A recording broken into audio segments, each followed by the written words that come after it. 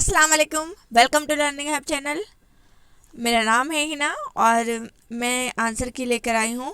ये 100% श्योर नहीं है, इसमें से कुछ आंसर्स रॉन्ग भी हो सकते हैं।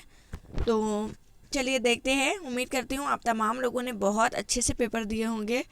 पेपर में काफ़ी गलतियाँ भी थी, तो खैर देखते हैं वो क्या होगा।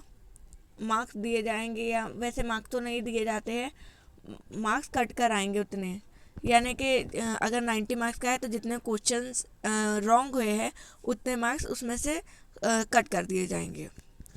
तो चलिए देखते हैं। सबसे पहला सवाल जो था, ये सेट ए है, तो तमाम सेट में सवाल तो एक जैसे ही आते हैं, बस ऊपर नीचे रहते हैं। तो चलिए देखते हैं। हम नावल निगारी की किस खुसूसियत ने दूसरी तरफ की कहानियों का मुतालबा किया। तो इसका जो राइट आंसर है वो है मिजाज तगय्युर। दूसरा है मसला हयात और एहसास हकीकत ने किस फ़न को जन्म दिया। तो नावल निगारी को जन्म दिया। इंसानी तफरीह मशागल ने उसे किस सनफ़ का तलबगार बना दिया। तो अफसाने का तलबगार बना दिया। हस्ब बाला इबारत इंसान के किस फितरत की अक्कासी करती है। तो या तो कहानी पढ़ने का होगा या अफसाना लिखने का होगा, दोनों में से कोई एक होगा। ज़्यादा इस ऑप्शन का चांसेस है कि ये ऑप्शन होगा। ठीक है। उसके बाद है हाल इस गैर मनक़ूता लफ्ज़ को मनक़ूता लफ्ज़ में तब्दील करने पर कितने बामानी लफ्ज़ बनेंगे। तो 3 बामानी लफ्ज़ बनेंगे। तेरा ही सब जहाँ है या रब तो मेहरबा है। अब देखिए, ये सवाल तो दिया है लेकिन यहाँ पर ख़त कशीदा नहीं किया गया, तो हो सकता है ये भी रिजेक्ट हो जाए। तो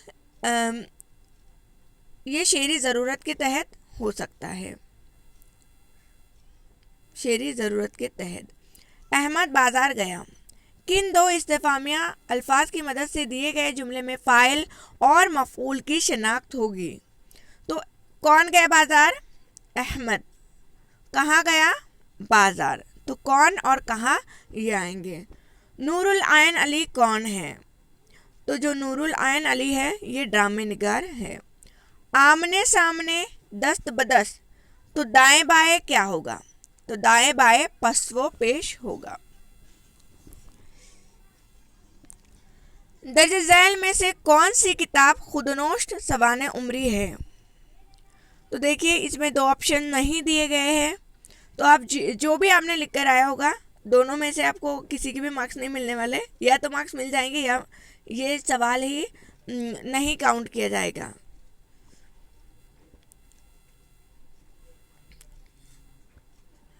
हज़ारों ख्वाहिशें ऐसी कि हर ख्वाहिश पे दम निकले, बहुत निकले मेरे अरमान लेकिन फिर भी कम निकले। तो मुझे लगता है इसमें तलकीन तर्क आरजू है। ठीक है, क्योंकि तस्कीन तो नहीं होगा। तस्कीन मतलब दिल को सुकून मिलना, तो दिल को सुकून नहीं मिल रहा है। यहाँ पर क्या हो रहा है, यहाँ पर तो ख्वाहिश लाख भी पूरी हो रही है तो भी ऐसा लगता है कि अरमान ही नहीं निकले। तो ये तलकीन तर्क आरजू हो गए, मुझे ऐसे लगता है। आगे देखते हैं। जिन ख़ुतूत में अहद की तस्वीर मिलती हो वो ख़ुतूत अदब के किन असनाफ में मददगार साबित होते हैं। तो सवाने उमरी। मैंने कहा, उन्होंने कहा, मैंने माना, अपनी कैफियत सुनाना, उन्होंने मुझे पास बिठाया, अपना मकान सारा दिखाया, अपनी खबर से आशना कराया। हस्ब वाला जुमले इबारत की किस किस्म के ज़िम्रे में आते हैं। अभी आप ही मुझे बताइए कि किस किस्म के ज़िम्रे में आएंगे। आज़ाद होंगे, पाबंद होंगे, मुख्तलिफ होंगे या मुसज्जे होंगे, क्या होंगे। तो आपने क्या टिक करके आए मुझे ज़रूर बताइएगा। दर्ज झैल में से फ़िरौन की जमा क्या होगी। तो फ़िरौन की जमा फ़िरायना होगी। ठीक है, फ़िरायना। मुवाफ़क़त इस लफ्ज़ की ज़िद क्या होगी। तो मुवाफ़क़त की ज़िद मुखालिफत होंगी। मुवाफ़िक़ की ज़िद मुखालिफ रहती है, तो मुवाफ़क़त की ज़िद क्या होगी? मुखालिफत। लेकिन इसने ते नहीं लगाया यहाँ पर, तो अभी इसका इस सवाल का भी क्या किया जाएगा वो नहीं पता। बेदिल हुए, बेदी हुए, बेकस हुए, बेबस हुए। तो यहाँ पर सबको क्या बे लग रहा है। और मैंने आपको बताया था कि जिसमें स्टार्टिंग में कोई लफ्ज़ का इजाफा किया जाता है तो वो क्या होता है, साबिका होता है।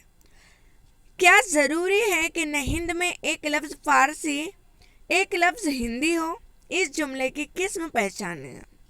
तो ये जुमला मखलूत जुमला होगा, जैसे कि हमने कल देखा था। ये गुज़िश्ता सवाल में पूछा गया है कि ला हौला वला कुव्वता इल्ला बिल्लाह के वज़न को उर्दू अदब में किस सनफ़ सुखन का बुनियादी वज़न करार दिया गया है? तो क्या जवाब होगा इसका? रुबाई। ये पूछा गया था सवाल। क्वेश्चन नंबर 19, फसीहुल बयान, बहरुल फसाहत, तर्जुमानुल कुरान, हस्ब बाला मिसालों को पढ़ने से कौन सी बात वाज़ेह होती है? तो कौन सी बात वाज़ेह होगी? यहाँ पर अलिफ लाम क्या हो रहा है? अलिफ लाम पढ़ा जा रहा है। और मैंने आपको बताया था कि जहाँ पर अलिफ लाम पढ़ा जाएगा तो क्या होगा? हुर्फ़े क़मरी होगा। मैं उसे आड़े हाथ लेने ही वाला था कि उसने कहा नाच न जाने आंगन टेढ़ा। इस जुमले की मुनासिबत से दर्ज झैल में से कौन सा मुतबादिल सही है? तो इसमें बिलतरतीब एक मुहावरा और एक कहावत का इस्तेमाल है। जवाहरात और जवाहिर, सेहत इमला के एतबार से दर्ज झैल में से कौन सा मुतबादिल सही होगा? तो आप देखिए, जवाहरात भी हम इस्तेमाल करते हैं हीरे जवाहरात बोलने के लिए, ठीक है, और जवाहिर, तो ये दोनों भी सही है इमले के एतबार से।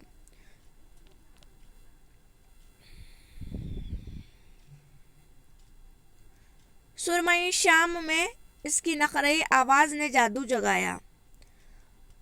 हस्बे वाला ख़त कशीदा अल्फाज क्या है? ख़त कशीदा किया नहीं गया है, तो इसमें सिफत ज़ाती बताया जा रहा है। दर्ज झैल में से कौन सा शायर मिर्ज़ा गालिब के हम अस्र शायर नहीं है? तो इसमें मीर तकी मीर जो है तो ये गालिब के हम अस्र शायर नहीं है। यादगार गालिब और गुबार खातिर के मुसन्निफ कौन है? तो हम जानते हैं कि यादगार गालिब के मुसन्निफ कौन है? मौलाना अल्ताफ़ हुसैन हाली है। और गुबार खातिर किसने लिखा था? तो मौलाना अबुल कलाम आज़ाद ने लिखा था, और वो भी जेल में लिखा था। तो इसके जो ऑप्शन नंबर 4 है ये करेक्ट है।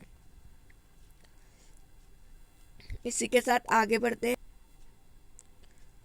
आप वो दाना, शीरो शुक्र, आबो हवा, इन लफ्ज़ों की तरकीब में वाव क्या कहलाता है? तो यहाँ पर वाव जो आ रहा है इसे क्या कहते हैं? वाव अतफ कहते हैं। ये छोड़ देते हैं। उसके बाद है शायर नौजवान खातून से किस तरह के पर्दे की तवक्का रखता है? तो यहाँ पर इस नज़म में पर्दा शऊर की बात की जा रही है। माथे का टीके से क्या मुराद है?